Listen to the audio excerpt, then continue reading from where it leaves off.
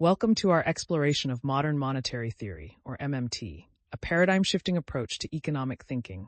At its core, MMT challenges traditional views on how governments manage their finances. Originating in the early 20th century, but gaining prominence in recent decades, MMT asserts that countries with sovereign fiat currencies are not constrained by revenues when it comes to spending. In simpler terms, it's the idea that a government that issues its own currency cannot run out of money in the same way a household or business can. Now, why is this important? Traditional economics suggests that excessive government spending leads to inflation and debt crises. However, MMT proponents argue that the real limit to government spending is inflation. This means that as long as there are unemployed resources and the economy isn't overheating, the government can afford to spend more.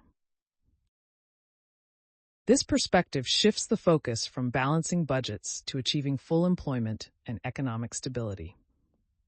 Let's break this down. A sovereign currency issuer, like the United States, can create money by keystrokes on a computer at its central bank. Taxes and borrowing, typically seen as essential for funding, are instead tools to control inflation and redistribute wealth. By increasing taxes, the government can pull money out of the economy, cooling it down if inflation is rising. Conversely, lowering taxes or increasing spending injects money back into circulation, stimulating economic activity. Critics of MMT argue it overlooks the risks of hyperinflation and undermines fiscal discipline. They warn that unchecked money creation could lead to economic instability. However, MMT advocates counter that responsible management and strategic use of fiscal and monetary tools can prevent such outcomes. So, what does this mean for policymakers?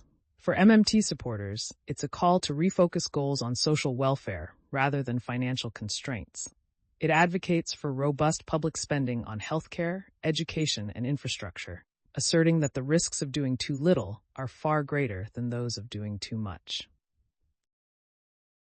In conclusion, whether you agree or disagree with MMT, it undeniably invites us to rethink fiscal policy and economic priorities in a rapidly changing world. Through understanding and debate, we discover new ways of approaching the economic challenges of the 21st century. Thank you for watching, and stay curious.